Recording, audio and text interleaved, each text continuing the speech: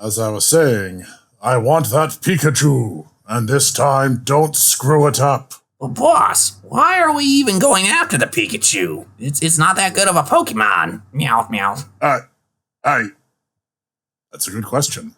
Why are we after that Pikachu? Well, you see, boss, I looked up this site called Smogon, and it's not a very good Pokemon there. They're saying it's down near hardly ever used. I think that's Hyuk. Yeah.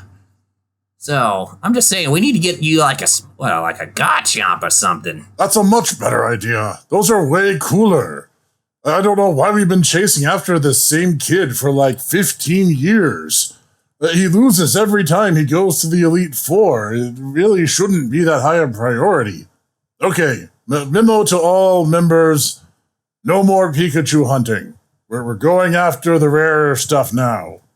Yeah, well, everybody will get a Dialga or a Palkia, because, just being able to destroy time and space is just the thing that we in Team Rocket ought to be able to do. Meow, meow. That's a brilliant idea. Clear my schedule. We're going after the big guys now.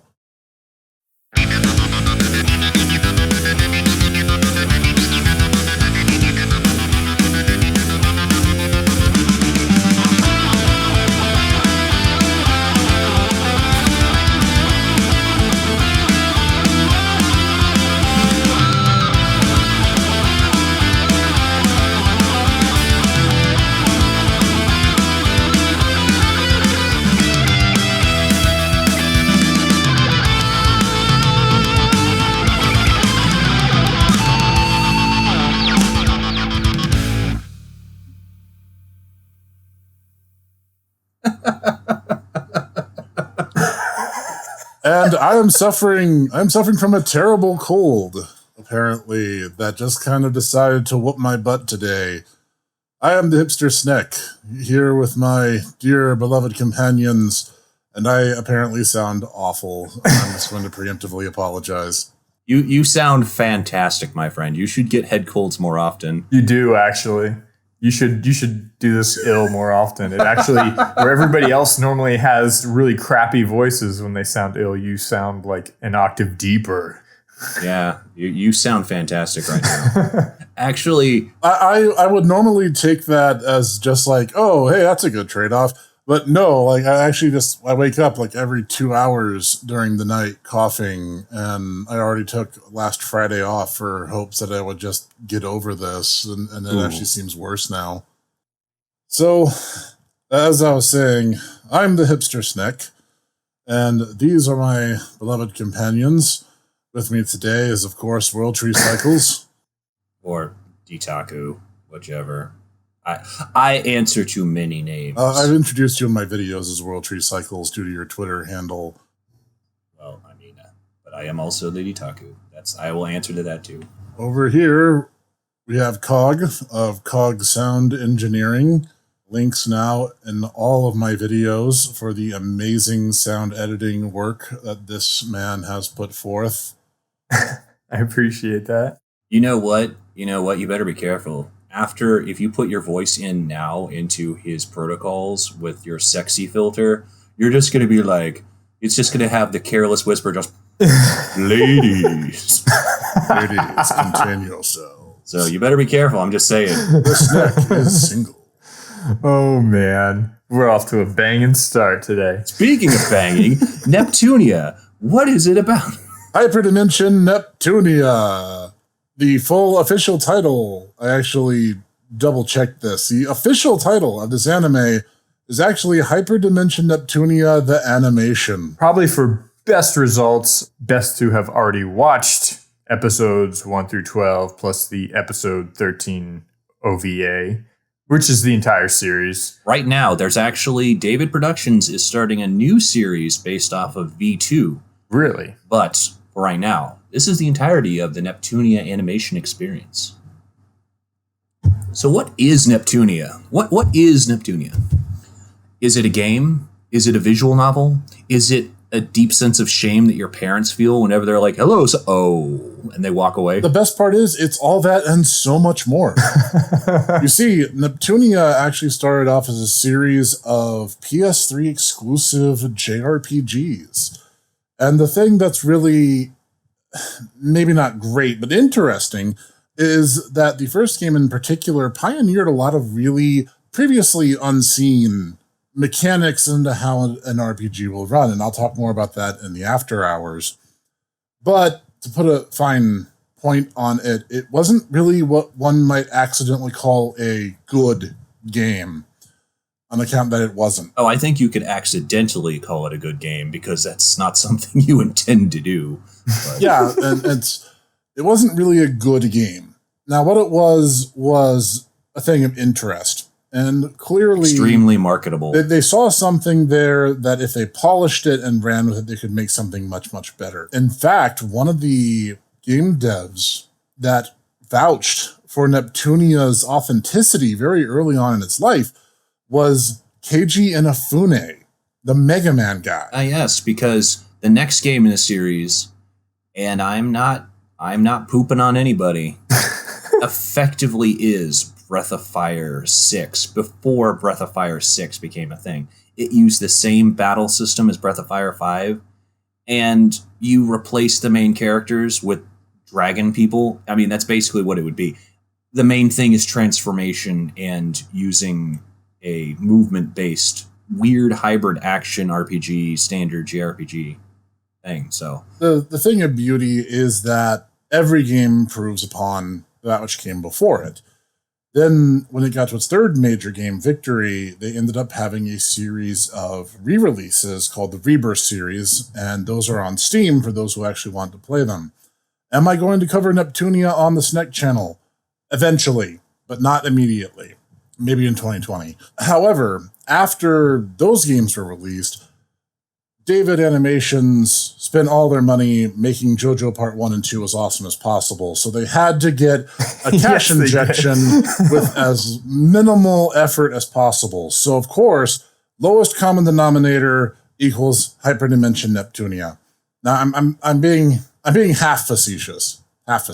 It definitely comes across as a budget title. I wish I could find it because the backlash after David Productions, hit it out of the park with JoJo, and then they saw that they were doing Neptunia the next season, there were people who were butthurt. And it wasn't just like the JoJo guys. Jesu Otaku, I remember this very vividly, was like extremely put out by it. She's like, I'm not going to watch this. This is anime porn.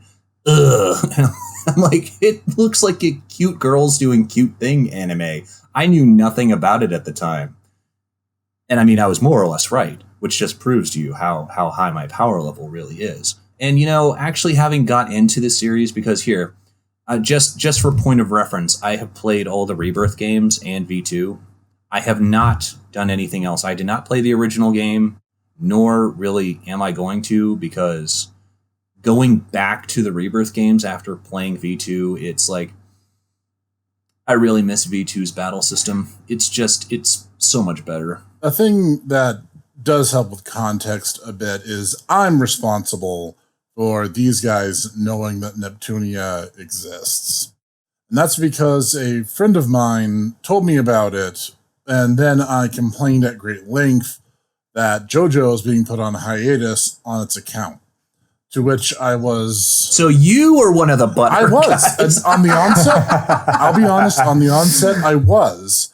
And that's when my friend challenged me, and he said, Snek, you have to play it before you knock it. You can't just take a swipe at this series that you know nothing about, or you become just another one of those whining internet guys who doesn't have a basis to stand on. And I said, fine, that's fair. Yeah, he's got you there, dude. No, that's fair. That's fair. And I accepted it.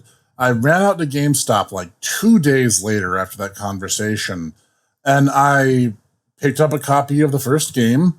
I played it, and I was like, that wasn't a great game. This is in no way competition for Monster Rancher 4, but it had my interest. And I felt that there was a lot of potential, especially since there were already sequels out. And I'm telling the story a little bit out of order. I actually played the second game first. The first game I wasn't able to play until later on.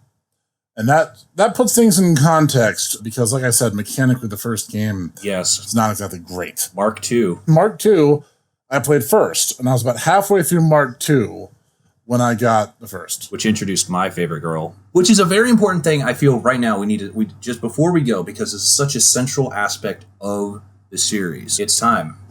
It is time for the Ditaku Power Hour. Warning. It is a non-stop spoiler onslaught going forward. Abandon all pretenses, ye who enter here. Gun to your heads, guys. You ready?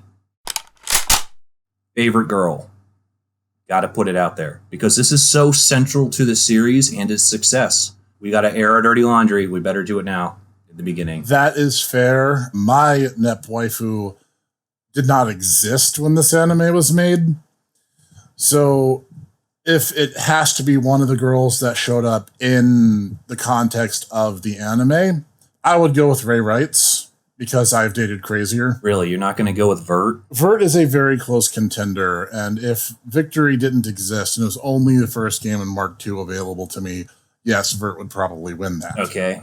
How about you, Cog? So this is going to be an interesting show because I'm a bit of a newcomer, a little bit more of a newcomer to Neptunia. I have a passing knowledge of it. I've seen elements of the game.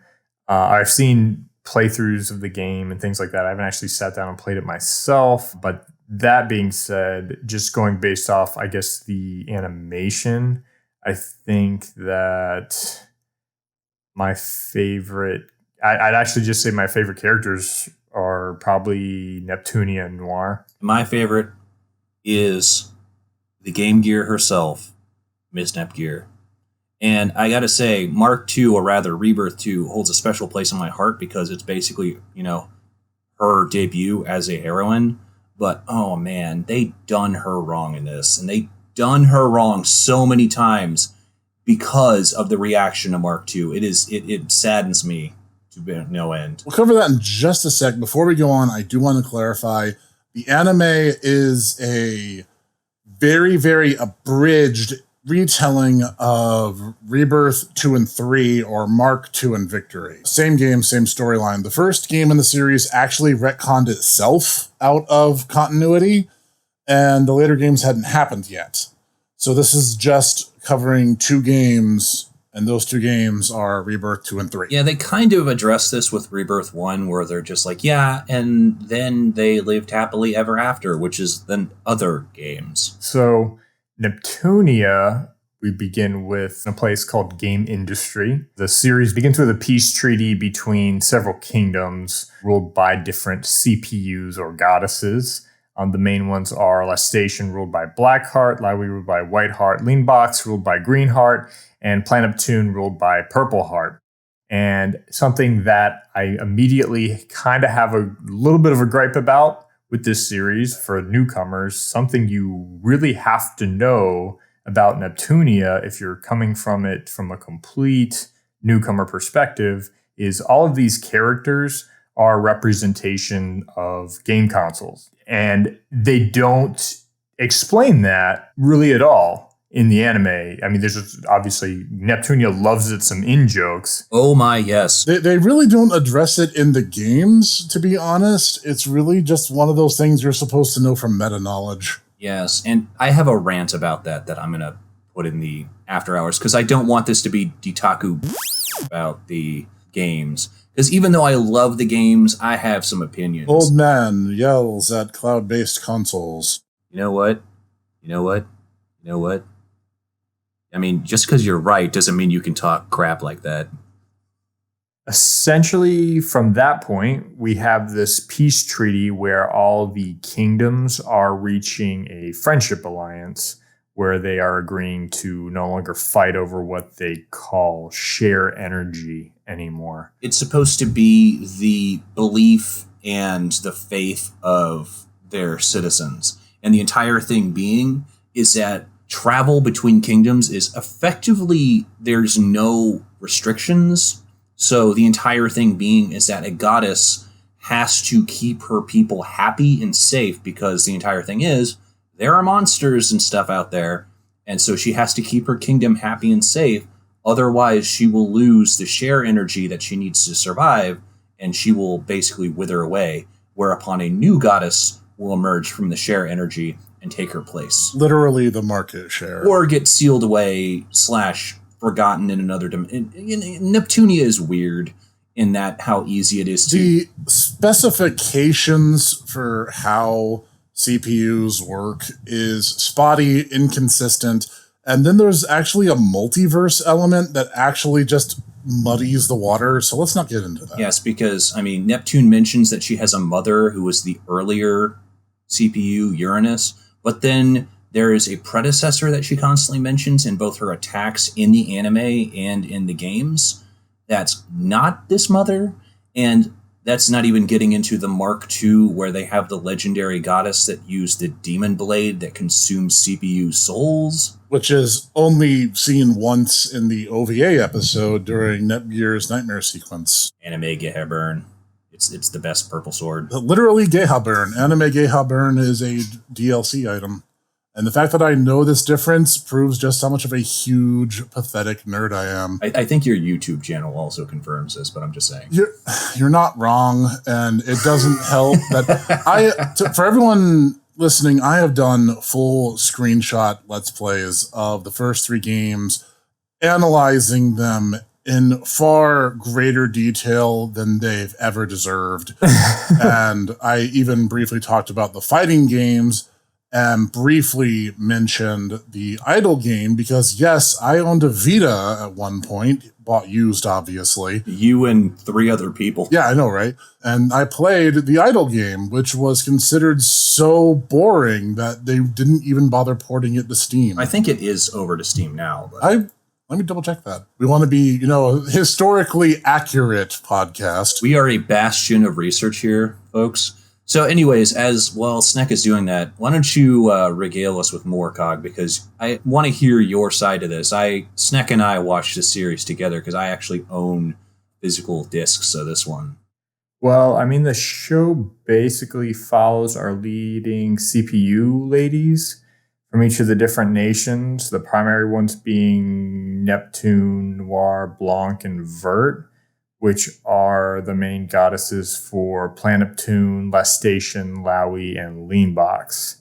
Now, correct me if I'm wrong, I believe Lastation is PlayStation. It's Sony, particularly the PS3 and 4. Lowy is Nintendo, Leanbox is Microsoft, and Planeptune was actually like a canceled console. Yes. Planeptune is actually supposed to be Sega, believe it or not. Which was supposed to be a standalone 32X. The non-existent Sega Neptune, yes. Which is kind of interesting because they decided to base the main character of the show on something that actually just doesn't exist. To say it takes liberties with gaming history is like calling the ocean a bit wet. Here's the thing. In the next series, we get to see the best console.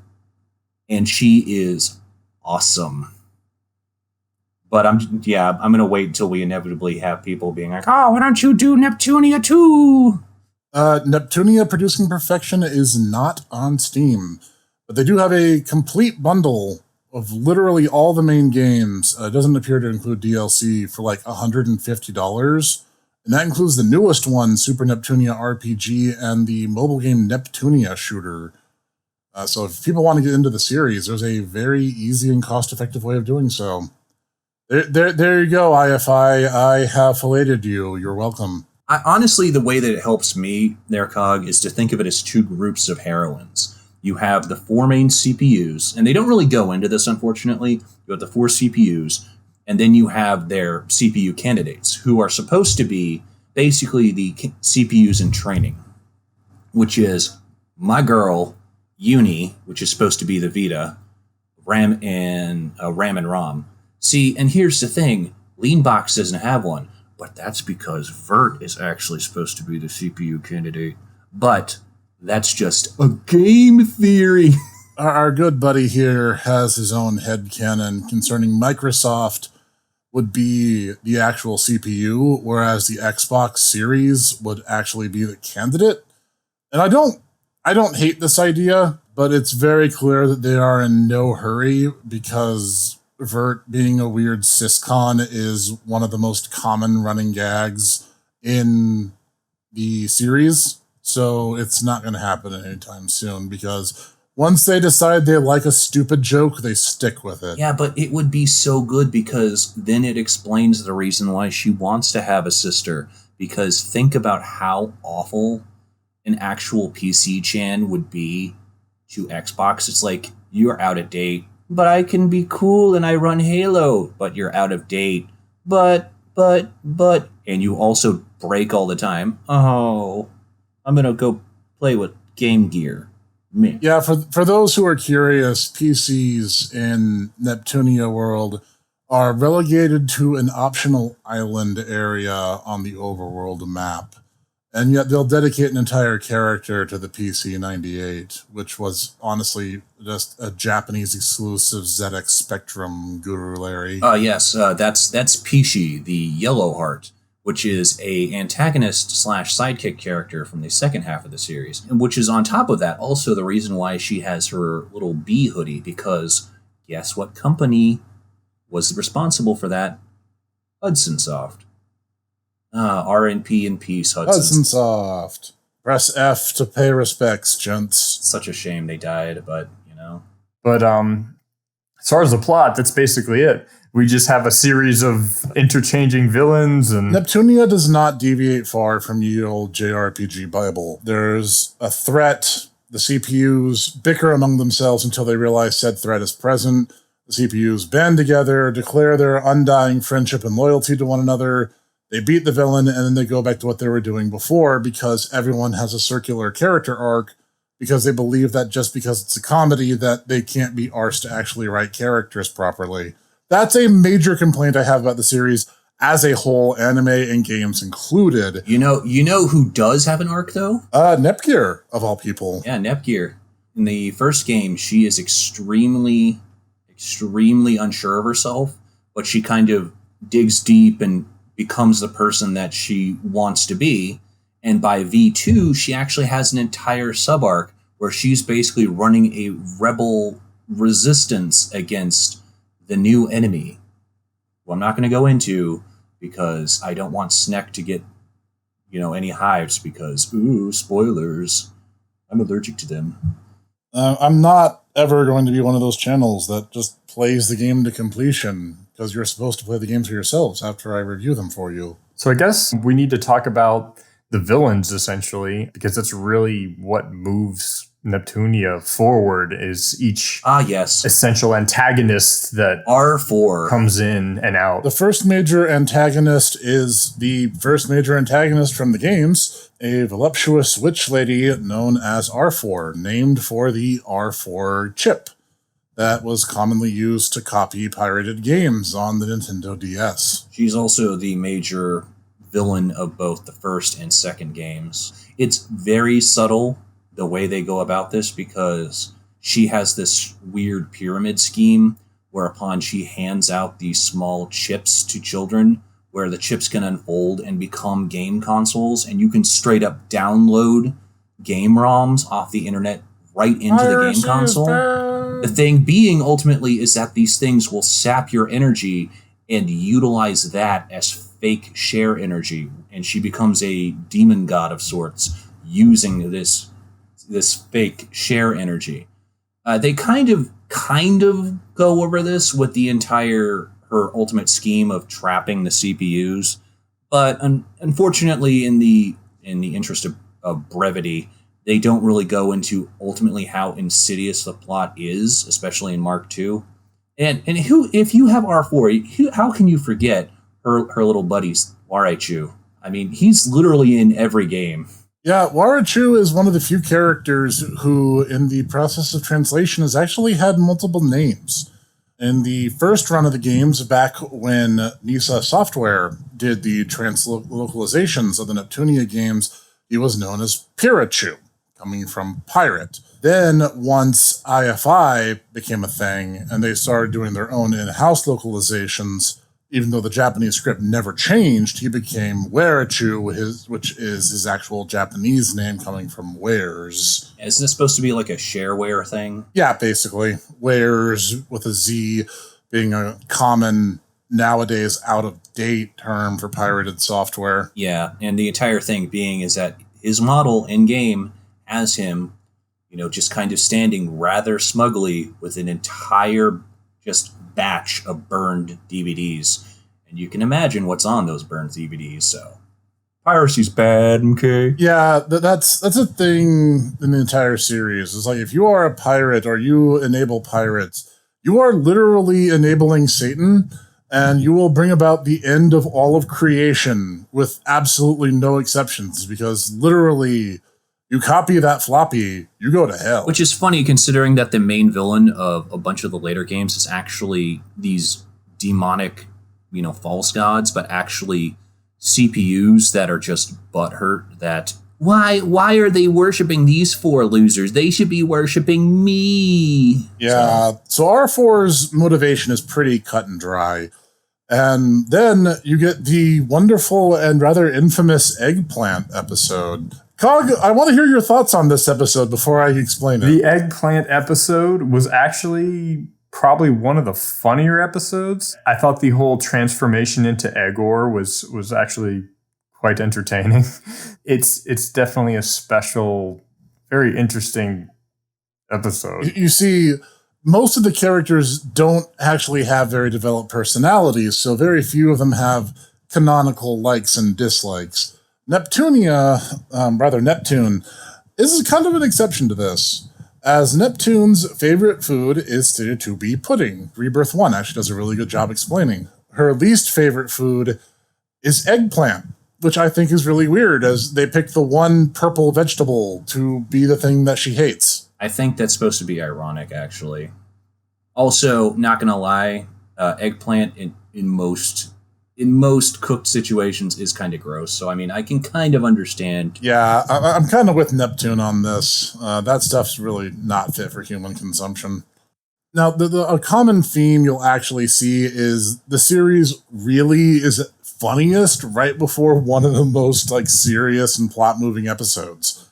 Rather than doing what Mark II did and just having the CPUs defeated at the start of the story, they're imprisoned using these things called the anti-crystals, which is an anime-only series of these little red jewels that R4 uses to create this anti-CPU pyramid and locks them all in. Honestly, having played Rebirth 2 after hearing how Mark II happened and then seeing it for myself and going, they were being drained of their essence for how long? And no one did anything? 3 years. And then after that, that's the start of the game. When you get Nepgear, the main character of Mark II, and then you have to spend 3/4 of the game running around getting the other CPU candidates. And let me tell you, you think that Blonde, you think that Vert, you think that Noir has no personality. Oh my God. Trying to convince Uni, little Miss Vita, please join my team. You want to join our team, right? You want to help your big sister. No. Well, why not? Because I'm the Tsundere one, and that's my only character trait. Meh. Well, that's great. To say that the anime is much better paced than the games is a bit of an understatement. Yeah, for context, in Mark II, Rebirth 2, you start off with the CPUs having been held in R4's captivity for 3 full years before the heroes decide to act and do something. And I've heard a couple people attempt to rationalize this, but you can't. The whole thing in the games being that they used a Cherosite crystal to try to free them, which doesn't work. That actually frees Nepgear, who was also caught in the game. And that's when the story actually picks up. Whereas in the anime, I think they did it way, way better by having them spring the trap very suddenly. They're in captivity a day before they launch their attack plan. So it's much better paced. And then you get to see Nepgear's arc about her self-doubt come into fruition of her being, I'm strong on my own, and transforming for the first time. It all goes much more organically. It's a lot less than the game. I will concede that just the one thing that kind of bothered me was the fact that Snek is right on this one. The entire thing being is that Nepgear's entire plan through Mark II is to go, it's all right, I'll gather the other CPU candidates and together we can do this, when ultimately she had the power to save the goddesses from the beginning. It's just she didn't believe in herself. She just blocked herself off and thought, oh, I need other people to do this. Which, I mean, I get there wouldn't be a game otherwise. The thing being, though, is the fact that they tie that to her actually getting her goddess powers when she starts out in her goddess form in Mark II. That's not the problem, but... Sort of. You start in her goddess form in Rebirth 2 up until you can't. You actually have that power sealed for the better part of the first chapter of the game. And the way they give it to her is Linda, who is known as Underling for the vast majority of the series. Ah, yes, Minion. Yeah, the pale girl who helped the fat clown Greymon Trick kidnap the CPU candidates in Louis. Yeah, no, she's a very big deal. You fight her 8 or 9 times over the course of Rebirth 2, which, mind you, is like a 30-hour game, so it's entirely too much. Which is also sad because the one character who really should have gotten multiple boss fights, you fight him once and then he's like, yeah, I'm going now, bye. Yeah, Brave, who doesn't show up in the anime at all. Anyway, to give you an idea of how stupid the game's handling of Nepgear's entire arc, she gets her goddess powers because IF just randomly kisses her. I am not making this up. I am not exaggerating. It's literally that stupid and that cut and dry. Yes, but Snek, you see, you also are forgetting there's literally a Lily rank system that powers up. Yeah, the incredibly unsubtle Yuri rank where unless everyone in your party is enamored with Nepgear, you are barred from the true ending. There's a reason I vastly would rather watch the anime than play Rebirth 2 again. And I hate to say it because, yeah, Rebirth 2 is a fun game, but Rebirth 2 is also fluffed to hell and back. That's why V2 is better. I mean, you get better characters, you get everybody, there's no real faffing about. But to be fair, the way the anime handles Mark II's overall arc, which is the first half of the series, is really, really well done. It is briskly paced. You're introduced to the characters. You see the villain. You see the plot. You get a few cameos for those who are already fans. Like you get to see 5PB. She sings in one episode. And doesn't Mages show up too? I will say I have to side with the sub on this one just because you brought up 5PB because, man, just from an observing standpoint, I did not like the English dub for that concert. Really? No, I did not like. I really do not like when they try to take full foreign language songs and try to redub them in English because you get these really strange word phrasings and it makes the song sound weird. That's actually just a thing in Neptunia music. If you read the lyrics, even the opening theme song to this anime, Dimension Tripper, let's talk about that for a second. The lyrics are nonsense. It's a series of word salads. And that's how all Neptunia songs are. They're these really catchy J-pop songs that don't make any sense. Right. I'm not actually referring to the content of the lyrics, more so how they're audibly sung. I know this is me putting on my audio music snob hat. But you're the music guy, so that's your specialty. Because most of the time, and especially when you have a fully foreign language song with no English or anything else mixed in, when they try to do these like full lyrical translations, most of the time they don't tend to take well with the rhythm of the music. And it's usually just due to translations and the structural differences of words between the languages. But yeah, I absolutely hate hearing when they do that stuff. And I would much rather listen to the song in its original Japanese. I mean, you not that you can go wrong. Neptune is Rie Takanaka, and she is outstanding. But, I mean, honestly, as much as I'm probably going to get blowback from Professor Snek here, I think I have to honestly prefer the dub on this one just because Melissa Fawn voices Neptune, and she is just a treat in everything that she does. Oh, no, I actually wholeheartedly agree with you. I mean, I do agree. The overall dub is still good. I mean, Neptune is one of the best dubbed, and I think easily one of the most entertaining characters for me as far as the anime. I'd be remiss to also say because she's basically Snek's voice actress waifu. But Christina V is Compa or Compile Heart, the actual developers who do the games. Compa is pretty adorable. Yep. Now, this is one of those things where I respect where you're coming from, Cog, and you're a music man. You know more about this stuff technically than I could ever hope to figure out. Now, the thing is, I go hard dub Neptunia because, honestly, a lot of the voice actresses in this series do double duty. This is incredibly obvious in the games in particular, because like there's a villain named Magic who doesn't show up in the anime, but she looks like and sounds like R4 because they share voice actresses, dub, and sub version. But when I listen to the sub version of Neptunia, and I'm going to get blowback for this statement, but I'm going on record and saying it, a lot of Japanese voice actresses sound exactly the same. Not to say they have the same voice, but they have the same intonation, and they all tend to have that high-pitched, squeaky kya voice that just really grates on you after a while. I said it. They're high-pitched. There are these high-pitched whistles that only dogs can hear, and it's unpleasant to listen to. I don't like it.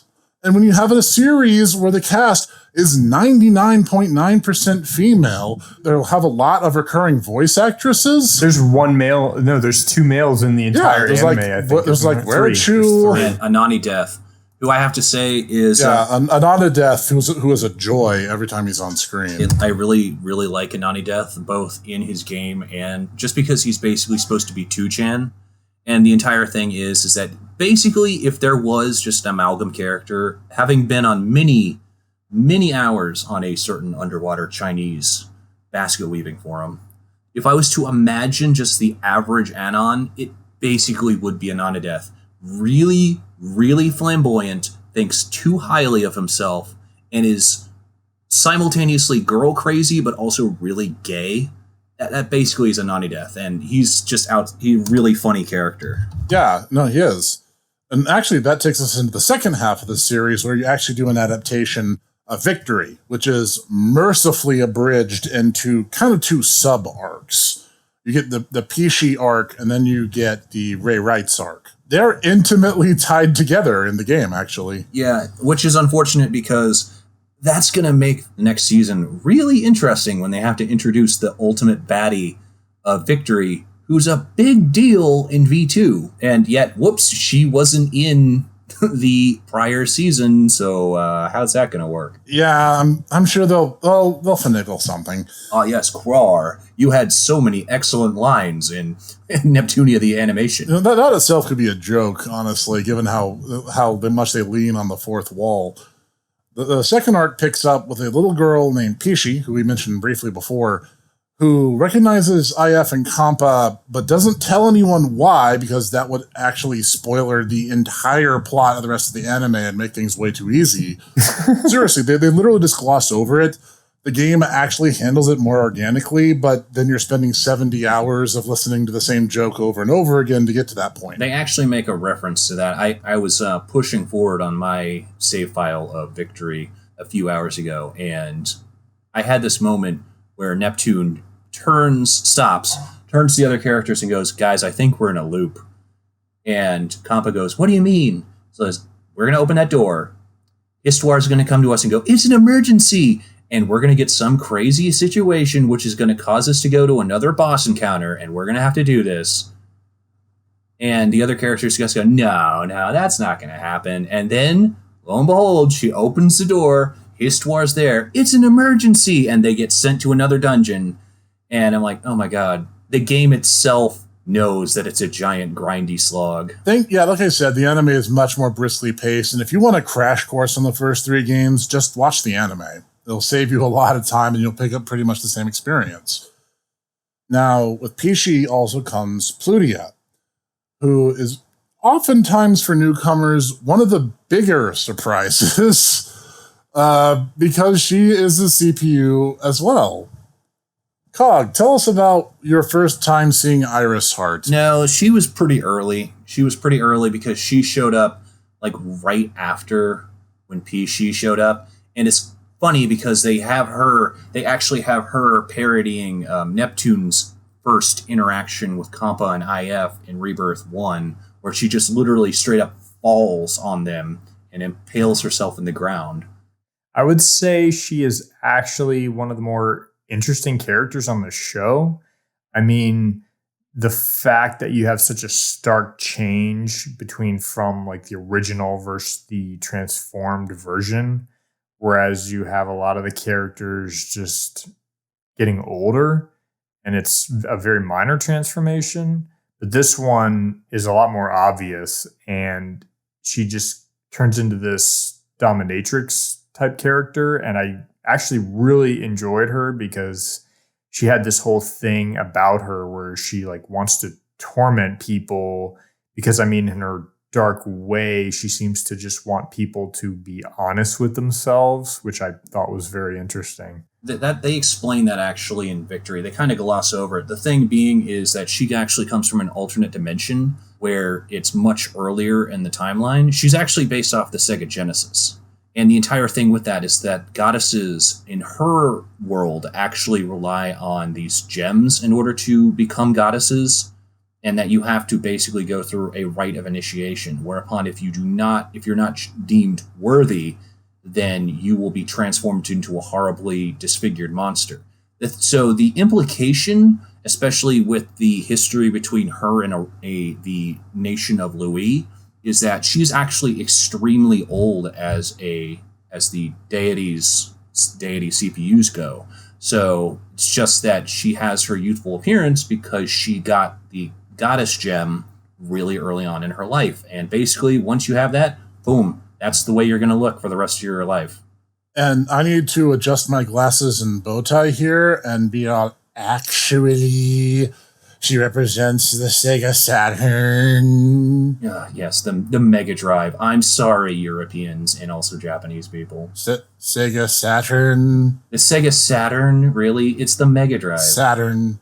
Nope. She represents the Oh, Saturn. I'm sorry. You want to talk about games or game systems that only 5 people bought, and you didn't even have one. I wasn't even one of them. Yes, and yet you're like, but my Burning Rangers, but my Burning Rangers. That's going to show up on the channel eventually. Underrated game. Look it up. It's awesome. My Nights into Dreams, but No one. That Nights Over into Dreams is overrated because you know what? I'll save that for after hours.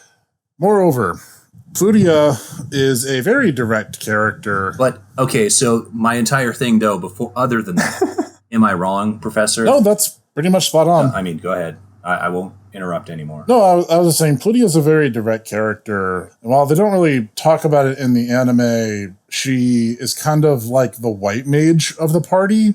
Yeah. she actually has all the healing powers. It's funny because she simultaneously has the white mage, but then she transforms.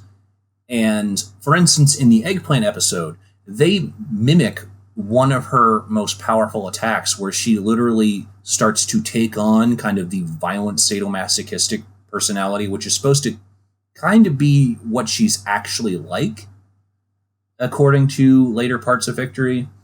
And she just starts violently beating up her stuffed animal, which proceeds to just destroy her enemies around her. So yeah, she's basically simultaneously a barbarian and also a white mage. She's a really weird character. But she really is a very push the plot forward kind of character because of that. When she's in CPU form, at least. In her human form, she and Neptune actually drag Victory's plot to a crawl. This is fascinating listening to this because I have not personally played through any of these games. I have mostly a passing knowledge of Neptunia based on stuff that Mr. Snek had educated me on in the past, combined with my own YouTube browsing. And it really is interesting to hear about these overarching plots that they've cut out because honestly, if you're just a complete newcomer to Neptunia, it's just this kind of funny, entertaining magical girl show. It's not exactly anything super incredible to write home about. I mean, as we talked about, it does appear very obviously as a budget title when comparing JoJo versus Neptunia from David Productions.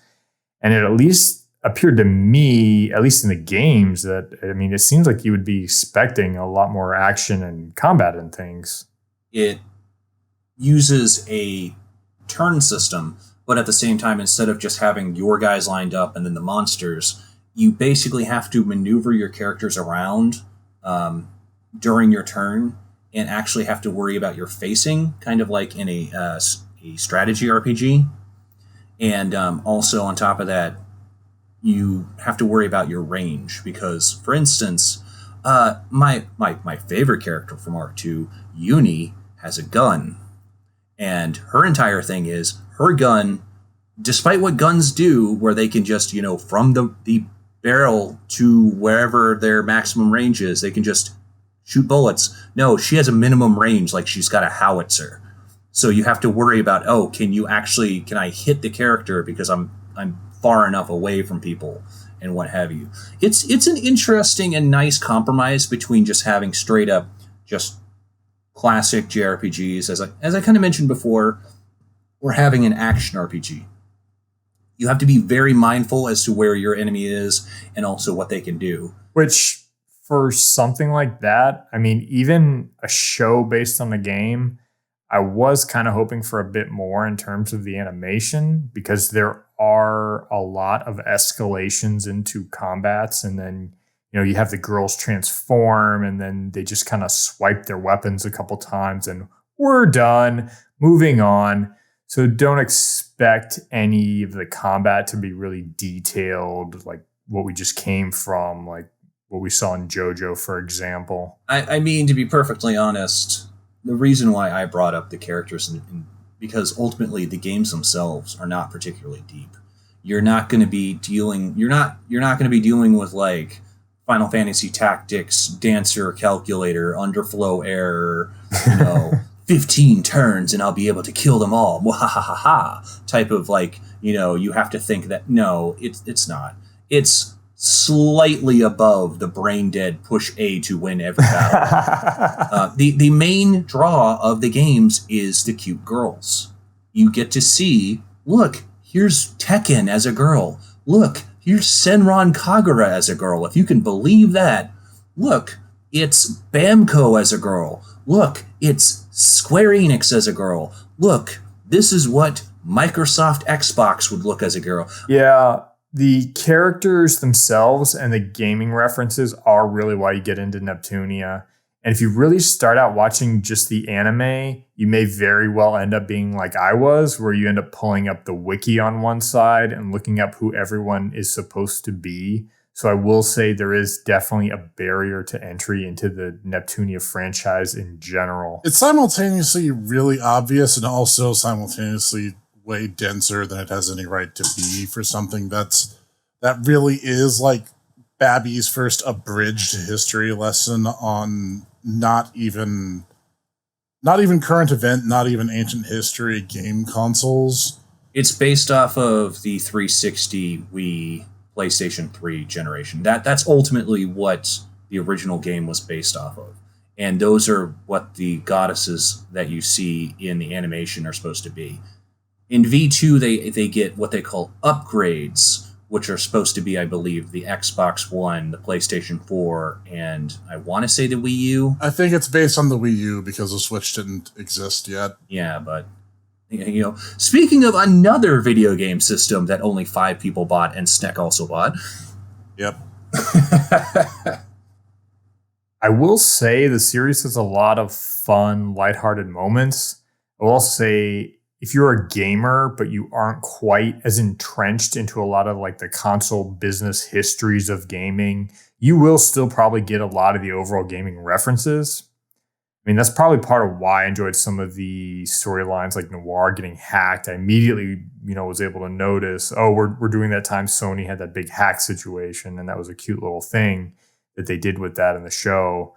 And then it has a lot of fun moments. And I mean, Neptunia herself, I think, has my favorite personality in the show because she has this just smart aleck attitude. And another interesting part, I did really enjoy post the eggplant episode when after they beat Alfor and she goes, I just bought this entire eggplant farm and spent all my money. and she just goes, you know what? Forget the whole thing. I'm done being a villain. That actually is a reference to her Victory counterpart. The entire thing being in Victory that you go to Neptune goes to another dimension and encounters alternate dimension versions of all of her friends. There R4, much like that, becomes a villain and basically gets beat the out almost immediately, and then she becomes an eggplant farmer. Which you see a bit of in the OVA episode.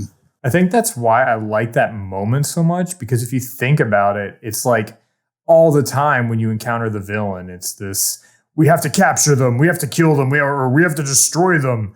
And this is just one of those moments where that doesn't happen. The villain just kind of goes, you know what? I'm going to retire. Yep. Well, the thing is, the R4 in Mark II is a crazed goddess gone wrong. The R4 of the alternate dimension where Plutia is from is just a witch who has really great magical power. So when she gets beaten, she's just like, nope, I'm done. I am so done. Do you want to be spoiled a little bit there, Cog? Sure. Waraichu in V2 actually gets a good end. He gets a girlfriend, he settles down, and he basically is just kind of in a good moment. All ironically thanks to the fact that he basically got brainwashed by the villain of that game. So, I mean, both R4 and Waraichu get their good ends eventually. Yeah, she retires, and Waraichu gets kind of like a legit moment. All right, I think that brings us to our final villain, Ray Wright. Snek's waifu.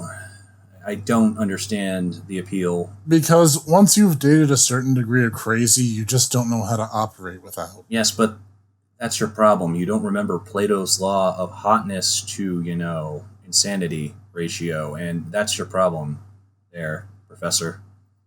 You forget the eternal sage's advice on hotness to craziness. There are a lot of enjoyable reference moments, like with Ray Wright. I know one that I definitely appreciated with Atari and everything, where she's talking about getting thrown away in the trash, and I immediately appreciated the E.T. reference there. And one of my favorite gags of the show was when they first entered Nintendown and Neptune is attacked by like a giant turtle, and she's shouting about it, trying to take her peaches. The turtle's after her peaches.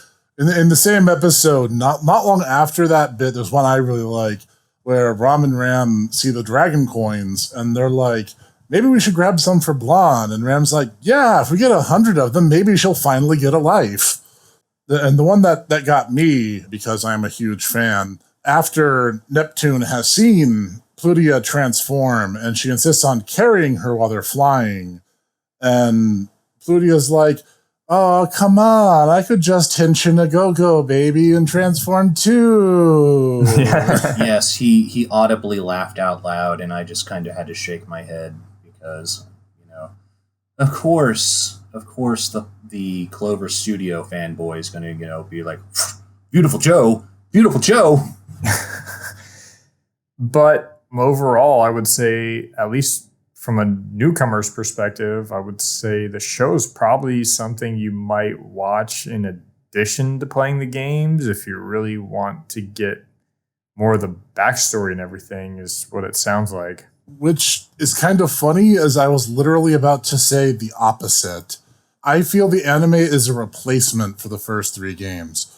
The reason I say that is because, first off, the games are very long, but they're not long in terms of gameplay. They're long in terms of Hideo Kojima writing. except like worse. You're just saying that because you decided to do a screen cap LP of each game and you never decided to paraphrase. So if anyone... No, I started paraphrasing towards the end, actually. I mean, that's entirely on you. But moreover, you realize when you're doing that and you're actually like analyzing everything that's being said the way you do in a Let's Play, you realize how little is actually being said. And Victory in particular is a bad culprit of this. And they say so much more, but they're actually conveying way less information. Which is funny because as a person who only started with the Rebirth games, I honestly think that Rebirth 3 or Victory honestly is one of the better ones in terms of the gameplay. Oh, no, You get absolutely. the most You're right. characters. The fact that there's the juxtaposition of the classic CPUs that you know, and then their older versions, because then you have the alternate Blonde that's based off the Famicom. You have alternate Vert, who's based off the original Xbox. And then you have alternate Noir, who's based off the PlayStation. PS2 And- Noir, yeah. Yeah, I mean, and it's... No, she's PS2. That's why she has the blue and black thing. Really? She's not PSX? Nope, she's PS2. One of the running gags that comes up with her a lot is she talks about how she's trying to future-proof. She's trying to future-proof everything. That comes from an E3 conference of the PS2. Press X to Wow. doubt. That's my game reference for the day. Overall, I think the series is really good. If someone wants a good, easy way to get into the games and learn the basic information they need to know from the first 3 games, the anime is a great way of doing it. Now, should it replace the games? I would say maybe skip the first game, maybe play the Rebirth 2 and 3, because as the games go, they have gotten progressively better. Now, I say that with the asterisk, I have not played Super Neptunia RPG, but everything up to that point has been a continuous upward spiral of generally improving quality. So, overall, guys, out of 10, what would you rank Hyperdimension Neptunia, the animation? Scale of 1 to 10, I give this series a Ray Wrights out of 10 because it's crazy, it's beautiful, and no one understands why I like it. I'm sorry, but what? Did you actually say a number, or are you just trying to be cute? No, I said a Ray Wrights out of 10 because it's crazy, it's beautiful, and no one understands why I like it. No, yeah, that's what I thought. I was just like staring here in disbelief, Professor. All right. I have to separate the entire game experience from the anime in my case. I'm going to have to give it a 7 out of 10. I think it's a good show. I think it's fun and lighthearted. However, in terms of Neptunia, watching it, I felt like there was a lot more I needed to know, or that they didn't quite adequately explain. Also, in terms of the animation, about overall, it feels very much like a budget title. But regardless of that, I still had fun watching it. Dang it, Cog, you basically said everything I was going to say. I mean, I kind of disagree with the professor here. I feel that the games have merit, and I feel like he's just being an old fuddy-duddy because he decided, I'm going to do some dialogue-heavy Let's Plays, and didn't really consider, and ultimately was like, oh shit, these are really long when they want to be, and I want to, show off every single event. Coming into them much later than him, I feel that they have, I agree with him, they get much better. Victory/Rebirth 3 and V2 are much better than Rebirth 1 and Rebirth 2. That being said, just comparing the series right here, honestly, I would have to give it a 7 out of 10 too. It kind of assumes that you are going to have a prior knowledge. It's basically made, in my opinion, for the fans. This was made for the fans just because it kind of just jumps in media res into things, and you don't really get the backstory that you get in the games. In the games, they actually explain to you the conflict between the 4 goddesses that leads ultimately to this kind of understanding that you get at the end of the series. We just kind of ignore that and just kind of, we're all friends now. Yeah. So, I mean, that being said, as you said as well, Dog, I mean, it's very budget. There is money thrown into certain fights, like the battle at the very end with Ray Wrights in her Tari goddess form. I would say, I agree that did seem to be one of the main fights that they obviously threw more money at and definitely upped the animation a bit. Oh yeah, the one where they actually show off the Conquest ending, which is aka the best ending, because Nepgear realizes, why am I dealing with you stupid weirdos? That and the OVA episode. The OVA definitely had a bit more budget behind it. It did make me laugh a bit at the end in the OVA when the trainees were having their bad ending sickness. Nepgear's ending, or Nepgear's little dream, is actually a reference to a really hard to get ending in Mark II, whereupon she gains basically not anime Stormbringer, uses it to kill her friends and her sister, and then uses that power to kill ultimate evil R4 and rule as the lone CPU over all of game industry. It's supposed to be a bad end when in a lot of ways I'm like, but ultimately that just proves that she's doing the right thing because, I mean, not for nothing, but the CPU spend a lot of times goofing off. She's the only one who seems like she's being proactive. Yeah, but she has an inferiority complex. She'd work herself to death. But anyways, so yeah, I kind of agree that ultimately it's kind of a 6 out of 10. The visuals are very, very bare bones. It basically coasts entirely off, ooh, look at these cute girls, and they're doing cute things, and it's kind of very fluffy. The individual character designs, as you can tell, where they put most of the detail in. Yeah, but that's kind of endemic to Neptunia in general. I was kind of worried ultimately. I'm like, oh, I didn't really tell Cog about what this series was like. I hope he's not going to come over and be like, stupid cute girls doing stupid cute things. I hate it. You thought I was going to be like... Neptunia rises and falls on the quality of its characters. If you like the characters, you're going to like Neptunia. If you are like really cynical about it and, oh, they're just different TV tropes articles pasted onto girls and it's really dumb and I don't like it, you're not going to enjoy it. That's all there is to it. Can we put a pin into that TV tropes as girls thing? Because I want to talk about that later. Yeah. If you like the characters, you'll love the series. If you don't like the characters, you're not going to have a fun time. That's how Neptunia rolls. Yeah, no, I mean, so ultimately I think the animation is of value, but ultimately it's like, am I saying that you're going to, be missing out? Not really. It's good, it's serviceable, but if you're not a fan of the games, it's good. It's a solid 7. Agreed. That's what I'd say. I continue my tradition of never assigning numbers to the things I review. Yeah. Okay, Pro Jared. Just saying, you better be careful. Well, shall we figure out what we're watching next, gentlemen? That is a good idea. So, all right, I got one.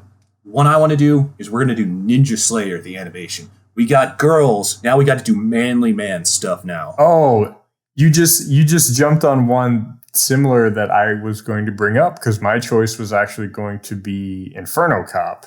Oh, yes. Studio Trigger. We're going to have Trigger Week. Mr. Snek? You know what this means. You have to do Kill a Kill, and then we'll have SSSS Gridman. This is how we're going to do this.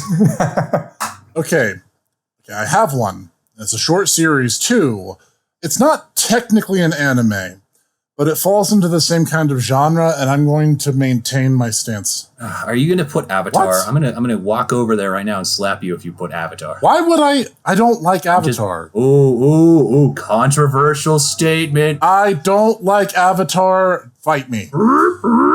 Controversial statement. The series I'm putting forward is actually the animated series of Axe Cop. And what's our random option going to be?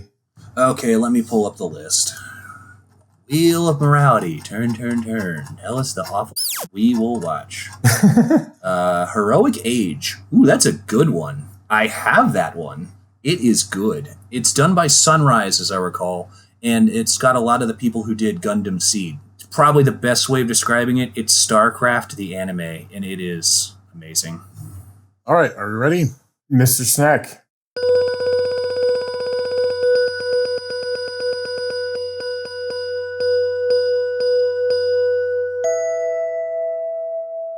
My RNG hiccuped for a second and then rolled 1 3 times in a row. So we are doing Ninja Slayer. All right, so join us for our next episode where we watch Ninja Slayer. Thanks, everybody.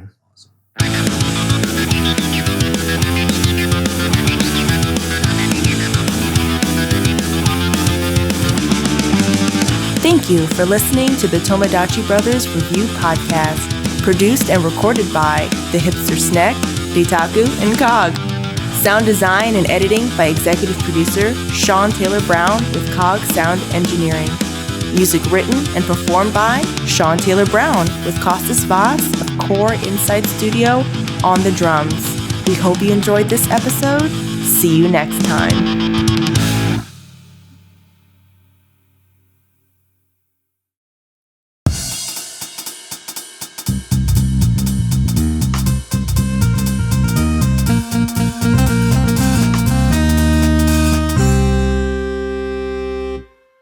everyone. Thanks for listening to the Tomodachi Bros Anime Podcast. I'm one of the co-founders and co-hosts of the podcast, The Hipster Snek.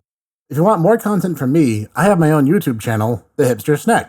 Links will be available everywhere I can spam it up until I get a custom one, but all in due time. I do weekly game reviews, and in the future, probably more than that. Look forward to it, and I'll see you there and on Twitter at Hipster Snek.